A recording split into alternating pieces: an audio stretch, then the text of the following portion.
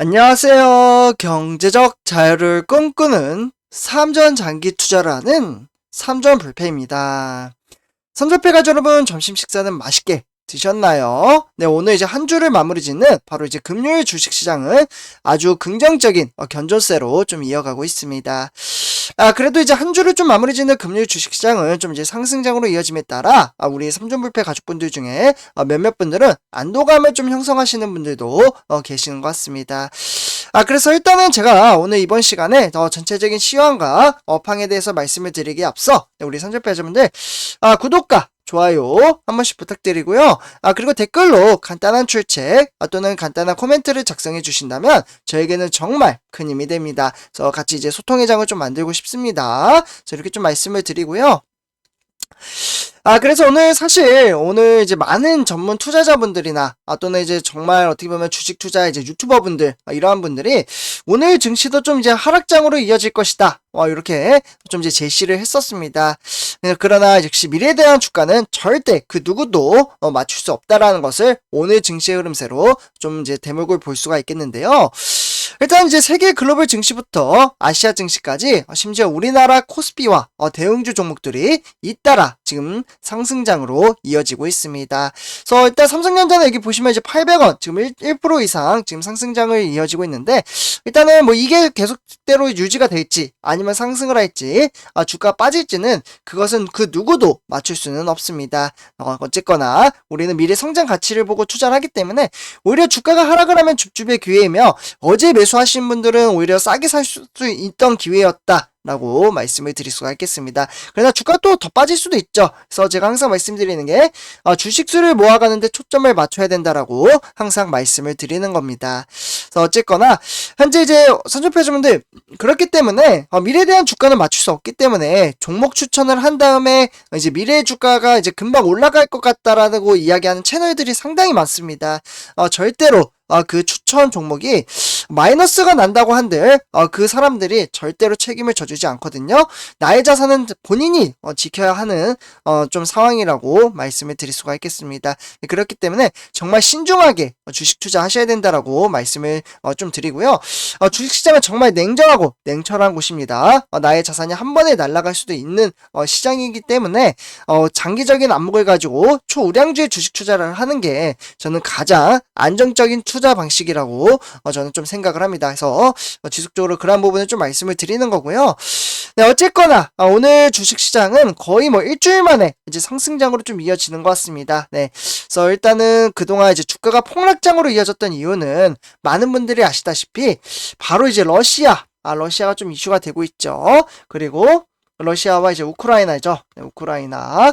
이 두 나라 간의 전쟁 사태 때문에 이제 투자에 대한 압박감을 느끼고 외인들과 기관들의 수급이 빠져나감에 따라 증시가 좀 흘러내렸다라고 볼 수가 있겠는데요. 근데 오늘 증시가 상승하는 이유는 이 이슈가 좀 해결이 됐나? 라고 이제 생각하시는 분들도 계실 텐데, 그것은 아닙니다. 그 부분은 제가 뒷장에서 좀 말씀을 드리도록 하고요. 어쨌거나 오늘 증시가 하락장으로 이어짐에 따라 어제 줍지 못해서 오늘 주려고 했는데 상승장으로 이어져서 아쉽게 계좌를 쳐다보시는 분들도 계실 거라고 생각이 듭니다. 그러나 지금 이제 전쟁 사태의 결과는 조금 심각한 상황입니다. 네, 지금 이제 화면에 보시다시피 바로 러시아 동시다발 이제 우크라이나 침공으로 인해서 이제 사상자가 220명이나 발생했다라고 합니다. 상당히 많이 발생을 했죠. 그래서 실제로 이제 블라디미르 이제 푸틴 대통령의 명령을 받은 러시아군은 우크라이나의 동부나 북부 그리고 남부 동시다발을 공격을 했고요. 그러면서 이제 우크라이나 수도 키예프 근처까지 현재 진군을 했다라고 합니다. 수도까지 어떻게 보면 우리나라 따지면 이제 서울까지 침공을 했다라는 이야기가 되는 거죠. 우크라이나 입장에서는. 네, 어쨌거나 이렇게 좀 진군을 하면서 러시아 국방부는 우크라이나 내 이제 83곳, 네, 83곳, 곳에 이제 지상 군사 시설이, 기능을 잃었다고 밝히면서도, 도시나 군사기지, 이 내 막사나, 주택, 또는 이제 비전 투자 시설은 인명피해를 막기 위해 공격하지 않았다라고 이야기를 합니다. 하지만 올렉 라슈크, 그러니까 우크라이나 보건장관은 러시아군이 공격 첫날에 우크라이나인을 57명을 사망시켰고 169명을 부상시켰다라고 이야기를 했습니다. 그래서 사상자가 220명이 나온 거고요. 어쨌거나 수도인 이제 키예프 인근의 비행장, 그러니까 군사시설도 러시아군의 공습을 받아 좀 파괴가 됐고요. 그에 따라서 국경에서도 멀지 않은, 그러니까 우크라이나의 북부의 체르노빌이라고 있거든요. 이곳의 원전도 점령당했다라고 말씀을 드릴 수가 있겠습니다. 그래서 약간은 좀 이제 사태는 좀 심각하다라고 말씀을 드리고요. 어쨌거나 이러한 상황 속에서 지금 화면에 보시다시피 지금 코스피도 지금 상승장을 보여주고 있고, 대형주 종목, 그러니까 우리가 투자하는 삼성전자와 더불어 LG 에너지 솔루션, LG 그리고 SK 하이닉스, 그리고 삼성전자 우선주나 네이버, 그리고 삼성 바이오로직스, 카카오, 네, 전부 다 현대차 빼고는 전부 다 좀 증시가 긍정적인 견조세를 보여주고 있습니다. 네, 그래서 오늘 증시가 이렇게 상승한 이유, 그 부분에 대해서 좀 말씀을 드리려고 하는데요. 우크라이나 침공 속에서 이제 뉴욕 증시가 좀 이제 우리나라에 많은 영향을 주잖아요. 그래서 나스닥 종목이 좀 이제 폭등장으로 일으켰습니다. 네, 그에 따라서 코스피는 상승 반전을 좀 일으키고 있다라고 볼 수가 있겠는데요. 그러니까 이제 러시아와 이제 우크라이나에 대해 이제 전방위적인 이제 군사 행동을 좀 개시했음에도 불구하고 미국의 나스닥 지수는 대략적으로 오늘 3% 정도 상승장으로 이끌었습니다. 서방국 제재가 이제 생각보다 강하지 않았고, 전쟁이 단기적으로 끝날 수 있다라는 시장 전망치가 나온 결과라고 좀 볼 수가 있겠고요.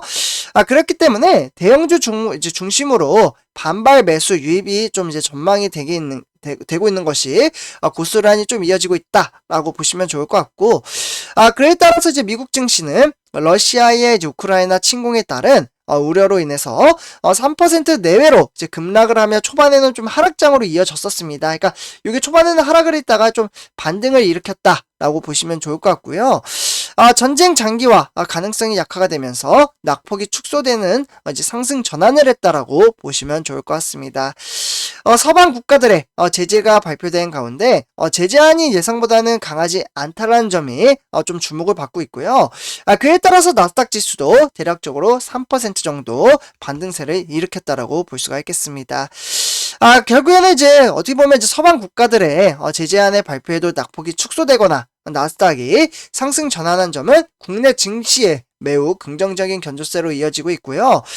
특히 러시아의 이동이 빠르게 진행되며 우크라이나 이제 이슈가 생각보다는 빠르게 종료될 수 있다라는 점이 기대 심리를 높여나간다라고 말씀을 드릴 수가 있겠습니다.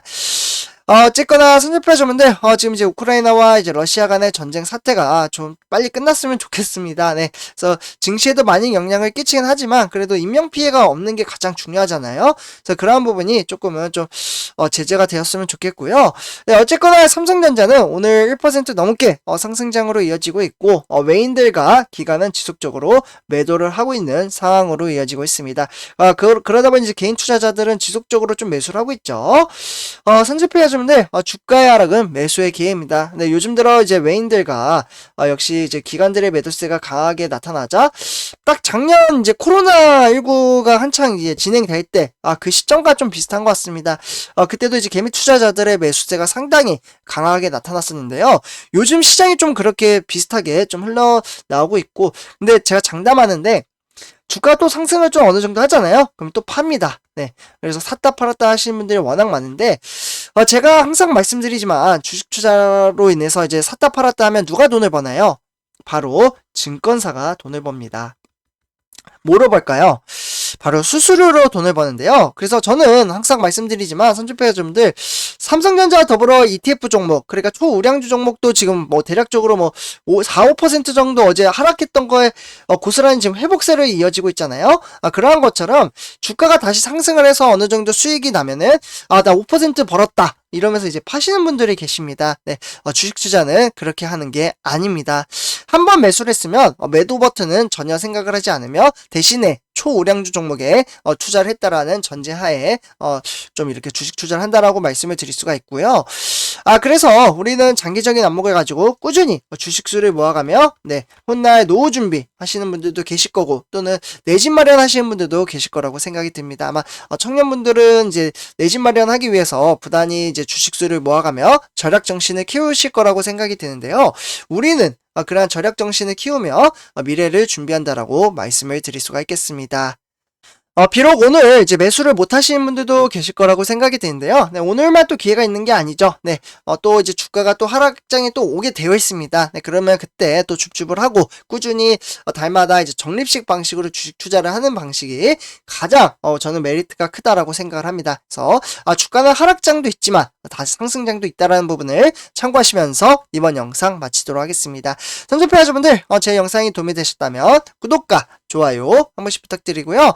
그리고 댓글로 간단한 출첵 또는 간단한 코멘트를 작성해 주신다면 저에게는 정말 큰 힘이 됩니다. 저 이렇게 말씀을 드리면서 이번 영상 마치도록 하겠습니다. 네, 감사합니다.